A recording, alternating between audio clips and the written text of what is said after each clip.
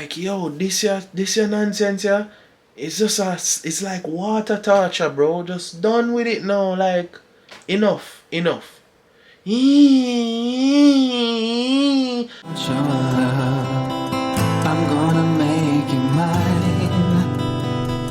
There's something special about your love. I think it's one of a kind. Good morning, everyone. So, let's take a look around. Dishes. All right, so it's morning now.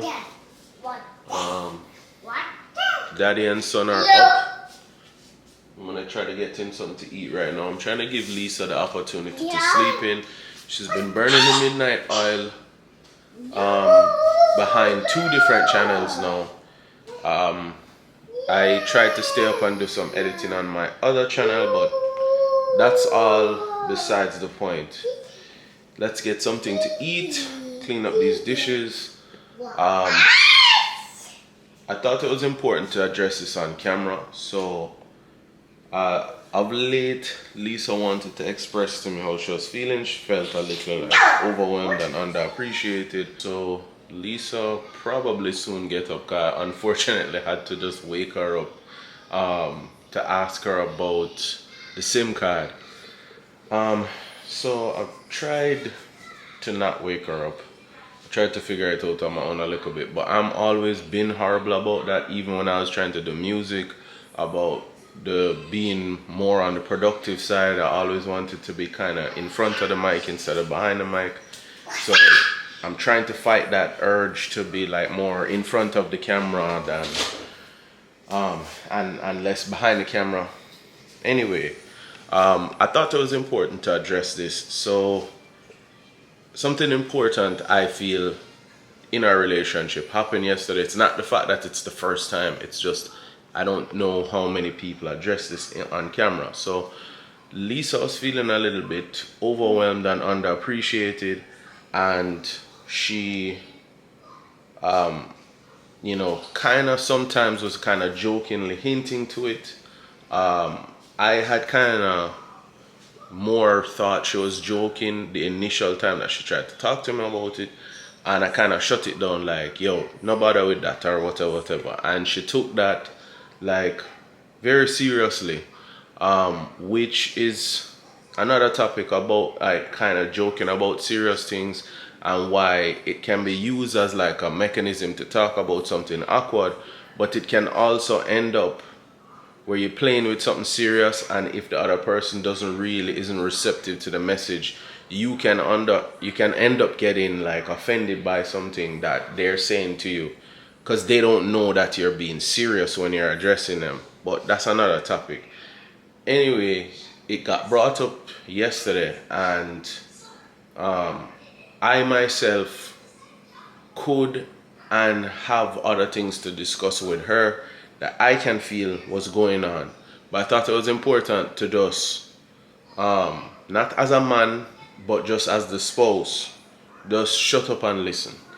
And I know that sounds a little harsh, but that was the thing. It wasn't the time or place. Maybe today now, I can more say, you know, this is on my mind. This is what I've been saying, trying to say to you and communicate to you. And I don't feel like you have been receptive to this message. But I felt it was important to just allow her to say what she was saying. Not just sit there silently and kind of yes dear. And I know a lot of men have been taught like this whole happy wife, happy life. Like, yo, just make her say what she's going to say and just say yes. Or like, yo, you're always wrong and all of that. And I think as married men or men in serious relationships that, you know, try to set an example for single men or for men that are kind of like scared of commitment and all of that, we need to set a better example by, if you're not happy in your relationship, then be happy in your relationship.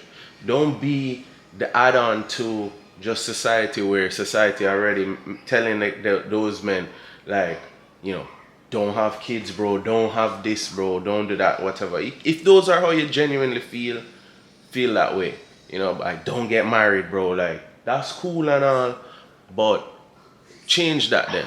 Whatever you're unhappy about, change that. Because it was important for me to just sit down and be receptive. And I even said it to her. I said, listen, I have some things that I want to also say to you, but I don't think this is the time. I don't want it to come off as like a rebuttal, like I'm telling you something and you're going, oh yeah, well you leave the toilet seat up. So it don't sound like I'm listening to you. It sound like I'm finding something to nitpick back at you. So it was like, okay, let me listen to you. I'm sorry that you feel underappreciated. Maybe I need to, I hope that it would, be unspoken, but unspoken things need to be said sometimes as well. Pointed out maybe some spaces where, like, in just general life, just going at a certain speed, you can tend to just kind of sit down in the back seat and just not take the time to stop and show appreciation. And then also there's some misinterpreting of some things, miscommunications and all of that. I didn't want to cheapen it by saying like, oh well, like maybe you're being sensitive or anything like that. I just wanted to seem fully receptive to the message and not seem like oh, I just put in on a facade. Like really be receptive to the message, allow her that time and try to acknowledge it. And she stayed up with me last night. She is doing this nesting thing. I don't know, maybe she have something to tell me. But like of late, just like really going through the house and like changing up stuff. Just how they are around the house, and that is outside of the little bit of painting and stuff. When bought some paint the other day to do on the walls and stuff. But I was in the studio up editing, and all that aside, we both went to sleep late. But I wanted to give her some time to kind of sleep in, kind of get up rested, and start the day on a good foot, because if we're gonna go on the road, just knock out the one or two things we have to do on the road, give Kellan his time, do our time to do our thing with work and stuff like that, and hopefully, get to do some things that we want to do individually and together. So it's important to acknowledge that, acknowledge your partner. Don't always have a retort to your partner's like thing there. Even if you have something to say, kind of just like an intersection. That person got there first, they expressed it first.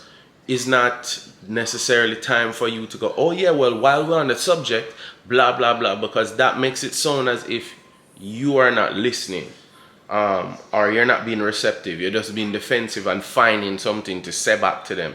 And it cheapens your message too. So if you're thinking about it for yourself, now your expression of what is bothering you doesn't come off as what's genuinely bothering you. It looks like you're just searching for something to say. So it's just important that you take turns. Don't always be the one that sits and is receptive, but when it is your turn, be receptive to the message. Really trust that, like, okay, even if you don't feel like you've been doing that stuff, this is the way you've been perceived. And perception inside of your house, inside of your team is important. Perception to outside people that don't really know what's going on, not so much. But I digress.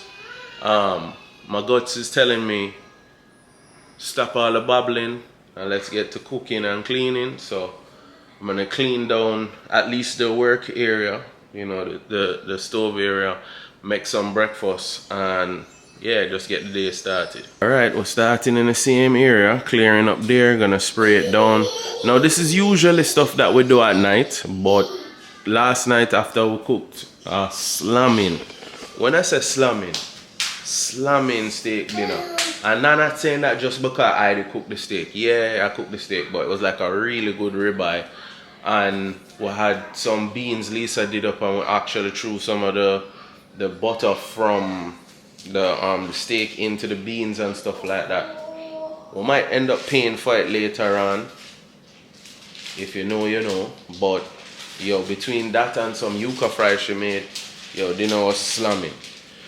Beyond my hungry gut talking about last night dinner, usually we clean up and then we go to bed. Like, I don't know how Lisa get it done when I come home from work. It's usually just clean up, but like, yo, she needs her half days and thing, obviously, and yo, I wasn't up for the task either. What never get done yesterday, end up getting put on today's to-do list. So here we go.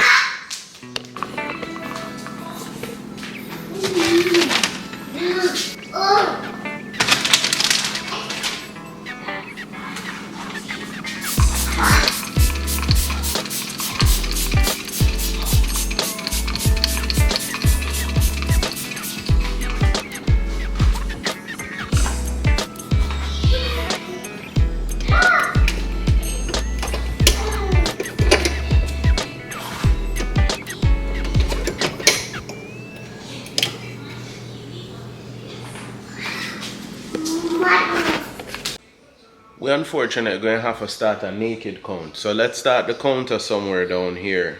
So we have one fully nude. I didn't catch it. I was cleaning down the stove. I come back to Kellan laying full naked down on the couch. So that's one time for the day. Alright guys, so this is alright. So if you don't know, I have another channel that I do some like sports related talk. Look below, you'll see the link if you want to follow. I'll take all the support that I can. But I don't know if you guys can hear this slightly annoying sound. But alright, so in life, right, there are times when I feel like there are things that you just know, like, alright, you know, this is an annoyance that you have to endure. It is what it is. But there's ever so often in life where you're just like, alright now, like, done, enough with this now. Like, enough is enough. This running gag, this run on joke, this annoyance has like worn out its welcome. The construction thing next door, like I said it when we came here and none of the houses was here. I said, yo, I guarantee you, Lisa, I said watch the house that going to be the last house to build on this block, going to be the house right next door to us. So we're going to have to put up with all the construction. And it's like them done the house now, the grass plant.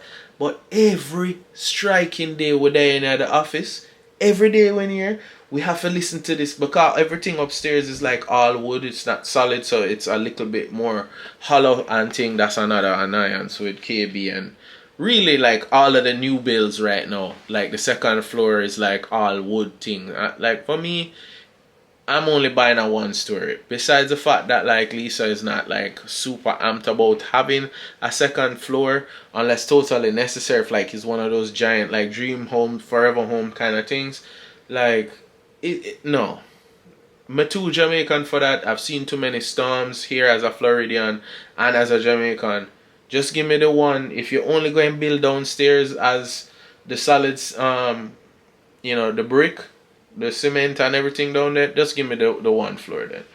But it's like, yo, I don't think you guys can hear it, right? But it sounds like, to all my Caribbean people, you'll know what I'm talking about. Or like maybe you guys know this if you're just from another foreign nation. It sounds like somebody is over there, like kind of like polishing a floor. And like, I don't remember what they call it, but like there's like a machine that everybody in Jamaica would have had go through them house at some point, right? Because we all have that same tile everywhere. But it just sounds like there's somebody that's over there, and it's ever so slight, and you're like, bro, the house is not that big at this point. What are you do over there sawing? I know it's probably not polishing.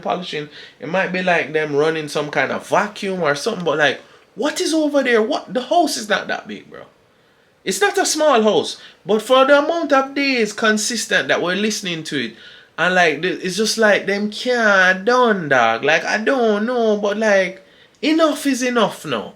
We've endured your bill. That house, this house, the house beside the house, beside our house, the house beside the house. That now this is the last house, and we're enduring it, and it just feels everlasting. Like they won't ever finish. Like I don't know how much upgrades or what is in that house, but like, yo, enough is enough now.